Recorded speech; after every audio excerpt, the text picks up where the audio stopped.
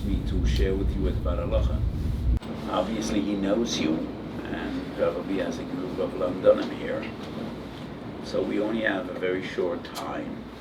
And the topic I would address very briefly is probably something we all deal with sometimes along the way. How much money does a person have to spend for mitzvahs?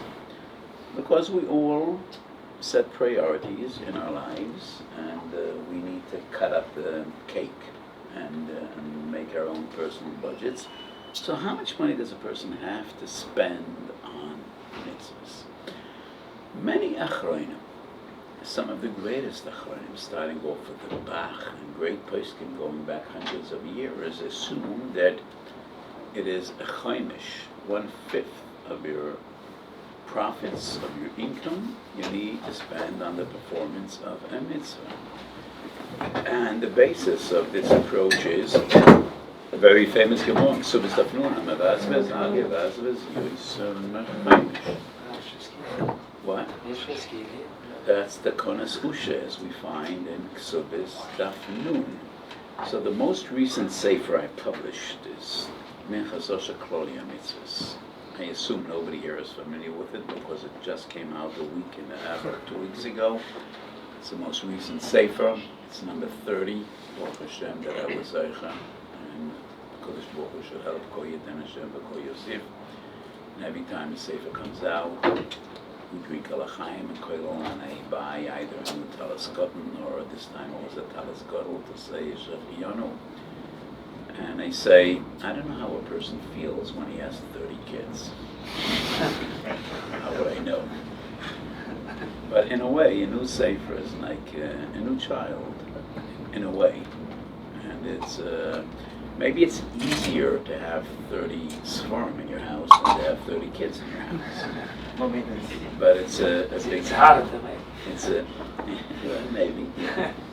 So, Baruch Hashem, and in this sefer, I think it's a very special sefer on Kol HaMitzvahs, and I have a lengthy discussion. And my opinion is this. So, the Lashon of the Ramah in Siman Resh Nun Vav is, Ein Odam Chayav Lebazbez Hoin Rav Ala Mitzvahs. The person is not required to spend Hon Rav. How would one translate Rav? You don't have to spend a fortune on mitzvahs. And my argument is, if the Ramo feels that you do have to spend 20%, then why wouldn't he say how much? Yes. Why would he only deal with the question, how much? No. So why would he formulate this halacha in a negative connotation and say, Ein odem chayav rabazbez hoin rav, and why wouldn't he say how much one has to spend? So the only one of the Rishonim that deals with the question, how much, is Rabbeinu Yerucham, quoted in the Beis Yosef. And Rabbeinu Yerucham says a tenth. And he learns it from Ma'aseh Ksufim. And the Beis Yosef says, Menolai, where did he take this? And the Mishnah Berurah, for some reason, interprets the question of the Beis Yosef, how does he know it's only a tenth? Maybe it's more. And I think that's a mistake. It's clear in the context. Rabbeinu Yerucham says a chiddush, a tenth. And the Beis Yosef says, who says? So in my understanding, the halacha is hoin rav. How do we define hoin rav? It's relative. It all depends on reasonability. And whenever I say this, I give a mashal. Mashalim, open up your mind and your heart.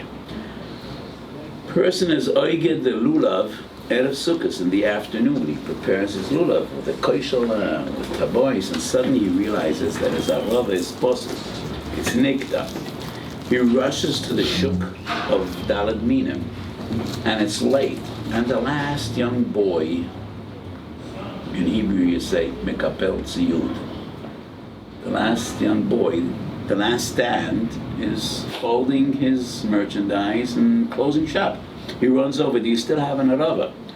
The boy looks right, looks left, and he realizes this is the opportunity of his lifetime. And he says, yes, I have some aravas less at 3,000 shekel an arava. And he says, you're crazy. I bought my aravas here in the morning. It was 5 shekel for 2. He says, that was the morning. Now, it's a different price. Look around. 3,000 shekel an arava. Does he have to pay 3,000 shekel an arava? So his Rav seems to Min hashamayim. So of course is the road. He says, do I have to pay 3,000 shekel? And another says, no. But this morning I asked you, I could buy a sukkah for 3,000 shekel, and you told me, yes, you have to pay 3,000 shekel for your sukkah. You have 15 people coming for Yom Tov. So, is 15,000 shekel hoin rav or not? The answer is it depends for what. For a sukkah that's 9 meters and 4 meters, 3,000 shekel is a reasonable price, so this is what you have to pay. For an arava, it's not a reasonable price. So hoin rav is totally relevant.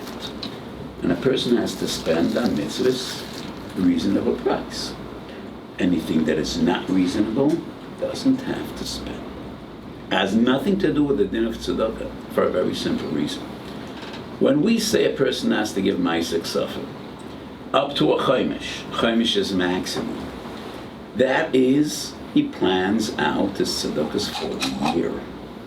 But the Ramah is dealing with a situation in which you need to buy a mitzvah. Would anybody say, when you plan your budget, you give 10% for mitzvahs? And what does that include? Everything, matzah, morer, sukkah, lulav, kedusha, avdalta, oitzos bonav l'talmid Torah.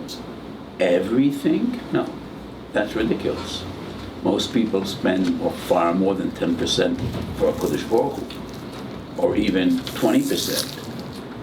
So how could we compare mitzvahs to tzedakah? Nobody would say, okay, so I put aside 10% a year for mitzvahs, but the money is gone before Pesach, so I won't buy matzahs because it's beyond 10%. Yes, would any normal person give such a psak if you already spent, starting off by Rosh Hashanah? So by the time you come to Pesach, you spend 10%. So you put it from matzah, put it from dalat places, put it from all the other stuff. So definitely not. So how could we compare mitzvahs to tzedakah? But tzedakah, we're dealing with an annual budget. Tzedakah you also gave up a case. Tzedakah you also gave up a case. But if he gave 10%, when it comes Pesach, he's potum al tzedakah. Yeah, by halachic definition, he's potum because he already spent 10%. If his 10% was $100,000, you can't buy $100,000 esrog. So what's he supposed to do with the rest of the money? Okay, and if the 10% is $5,000, not $100,000, and by the time he comes to Pesach, he already spent those $5,000, would we say he's potum from matzah? Yeah? Definitely not. So the comparison between mitzvahs and tzedakah doesn't make sense, because by mitzvahs we're dealing with an annual budget. By tzedakah we're dealing with an individual mitzvah. So it doesn't make sense. And I think this halacha is based on the reality of economics. I will apologize, Rav Sprung, because it was late that we needed to start, and we assume that you know all the Torah I have to say. This is my beloved assistant, Rabbi Sprung, who was a teacher of Torah in our kollel. Not many people have a marbitz Torah to drive them around. That's a special privilege that I have. Yes, he's a marbitz Torah in our kollel. So, and I think this is based on the reality of economics, which is an amazing insight, in which we assume that the basics that a person needs for the performance of mitzvahs will always be priced reasonably. Just like the basics in every economic system have a reasonable price. So bread will never be extremely expensive because everybody needs bread. And if everybody needs bread, if you're going to hike your prices, there will always be somebody else that will sell for cheaper. So the reality of economics will bring about a situation in which whatever is basic and needed by the masses will always have a reasonable price, and the same regarding mitzvahs. We assume that yes, your esrog and your lulav you will always be able to get for a reasonable price, and that is the reality, because if one person will take unreasonable prices, there will always be others to sell for a more reasonable price, and therefore, in the way I understand this halacha, hoin rav is a totally relevant concept, and you need to pay the reasonable price, assuming that the essentials that a Yid needs in the performance of mitzvahs will always be available for a reasonable price. And that is the reality. And that is the reality. And therefore, Hein Rav doesn't mean 10%, it doesn't mean 20%. It means a reasonable price. So, Ploini Almani that was stuck at Sukkot in the afternoon and he was required to pay 3,000 shekel for an arava was potter. That same day, yes, he was required to pay 3,000 shekel for a sukkah. And if a person wants to be Mekayim Yishuv Eretz Yisrael, and he has the means, and he wants to move to Eretz Yisrael, so it would cost him $10,000. Is that a Hein Rav? Regarding Mitzvahs Yishuv Eretz Yisrael, it's not a Hein Rav. For an arava would be defined as a Hein Rav. Is it allowed to spend if he wants to? Is it Ayivasi? Is it Okay, so that is a very good question, because in Usha, Konas Isha is a mevazvez ali yevazvez yoisem achaymish. That was Maser on Tzedakah. And that's tzedakah. However, the Rambam in Parsha Mishnah at the beginning of Masechet Peah writes that it's a midas chasidus to go beyond that. And how would we understand the Rambam when the Lashon, the Gemara in Sukkah is ali yevazvez yoisem achaymish? You should not spend more. And the Yerushalmi writes different formula in Peah Daf Aleph. You know, if I say Daf Aleph, we know that it's a Yerushalmi, not a Bavli. So at the beginning of Masechet Peah, the Lashon of the Yerushalmi is Bo'usha hitkinu sheyehei ha'odam mevazvez choimish menachosav lemitzvah. So some Achronim say the Yerushalmi speaks about mitzvahs. That's a mistake, because whoever is familiar with the Yerushalmi knows that in Yerushalmi, when the Yerushalmi says mitzvah, he means tzedakah. I'm just quoting one source, but there are many others. At the end of Masechet Megillah, it is clear in the Yerushalmi, stam mitzvah means tzedakah. But the Yerushalmi is in a positive formulation. Sheyehei odam mevazvez choimish lemitzvah. The Bavli says al yevazvez. But the Bavli is always dictating halacha. Halacha is based on the Bavli and on the Yerushalmi. So the Chavetz Yor says that Rambam speaks about a person that is rich. So the reason Chazal were metaken al yevazvez yoisem achayimish is he might become poor, and then yat latzmei al tzivah. He should not become a burden on the tzivah. So if a person could afford, if he's a millionaire, then it would be a midas chasidus to give more than 20% of what he makes. So that is the way to reconcile the Rambam with what seems to be clear in the Gemara, that a person should not give yoisa choimish. So, as I explained, my psak is, and to me this is very clear. Mitzvahs have one din, tzedakah has another din. Regarding tzedakah, we're dealing with an annual budget. So a person has to set aside and plan to give maisa. If he could, and he goes beyond maisa, gives 20%, that's wonderful. But regarding mitzvahs, it's a totally different concept and totally different approach, because we're not dealing with an annual budget. The annual budget has no limit. It could be 10%, could be 15%, it could be more than 20%. After all, manichin chayoimam, loiskim b'chayisha. Would it be reasonable to say 90% of what we make is dedicated to Olam Hazeh, in order to dedicate to what is more important than anything else? Is 10%? Is 20%? So it is only by tzedakah that we're dealing with percentage points, because by tzedakah we're dealing with an annual budget. By mitzvahs, we're dealing with a specific mitzvah. Giving tzedakah above 20% is not considered mitzvah. So some Once again, maybe, I don't think we have to be frommer than Chazal. No, I'm just asking. Maybe what you're saying, that somebody that makes more money can give more than 20%, that should go into the budget that you just said about reasonable cause or regular mitzvah. No, tzedakah, but tzedakah is different than mitzvahs. I got it. By tzedakah, there is no concept of reasonability. I mean, No, but I say after the 20%, if somebody has is much this the more. only chassid you have here? He's the only one giving more than 20%. Really? That's the problem. So once again, Chazal say one should not give more than 20%, and I think that is the wisdom of Chazal. However, as I explained, the Rav Asher and some others say, but if you're confident that you could afford it because you are exceptionally rich, so you don't need to plan, and not to eat into your family savings. People have to care for their family and provide for the family in the modern world. So once upon a time, if you had Messiah Zuz, you couldn't take Masa Oni. If you didn't have Messiah Zuz, you were defined as a poor person, you could take Masa Oni. Didn't you have one? So how do we define today who are the ones that are entitled to be supported by the community? Messiah Zuz is definitely not the sum, because we live basically in a different world. So in days of yore, people lived off the land. And if you had a parnasa, you were either selling fruits or vegetables or whatever you did, and you had your basic income and knew exactly what it is.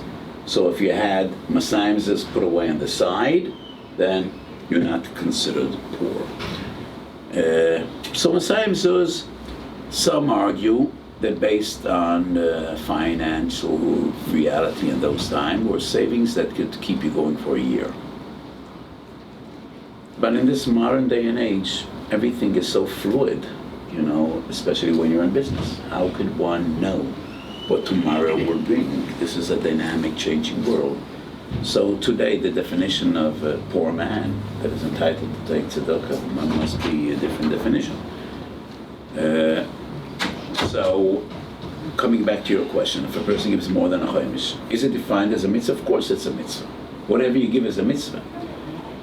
But Chazal, in their infinite wisdom, say that it is not something one should do unless he is rich and he could afford it. But that is regarding tzedakah. Regarding mitzvahs, there is no shear. How much does one have to spend from his annual budget? As much as it would take, as long as the prices are reasonable. Nobody's taking advantage in an outrageous way. But if the prices are reasonable, you need to spend as much as is required. Because Chai Olam is as important as Chai Shah. Why wouldn't you invest in Olam Haba as you invest in Olam Hazeh? Based on the reality, which proves itself in today's world as it always did, that the basics needed for mitzvahs will always have a reasonable price. The only challenge we have in America in today's world is paying for education, and I know that is a real struggle for many young families in America. So that is the greatest of all the mitzvahs, passing on Torah, transmitting Torah to the coming generation. And I know that in America that's a real challenge, and I know many families spend 30 and 40% of their income just for Torah education for their children, and that is truly a Mesias Nefesh. So not people sitting in this room, but I know many families in the United States and smaller towns that really have a challenge, and some people send their kids to public schools because they can't afford the Torah education, and that is a real problem and a real challenge.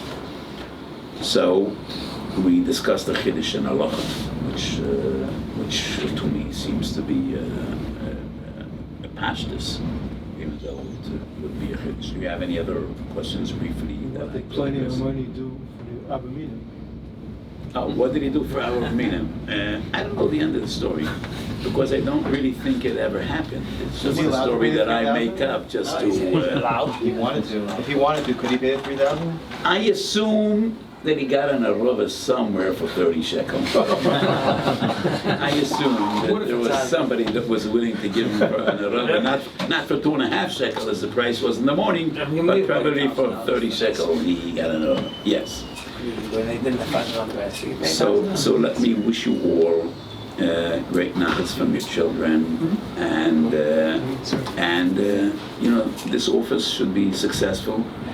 And you should all have panusa berevach ubekavoid, and Rabbi, you should be successful and keep up with your avodas hakodesh of supporting Torah, and you should all have a year of gesund.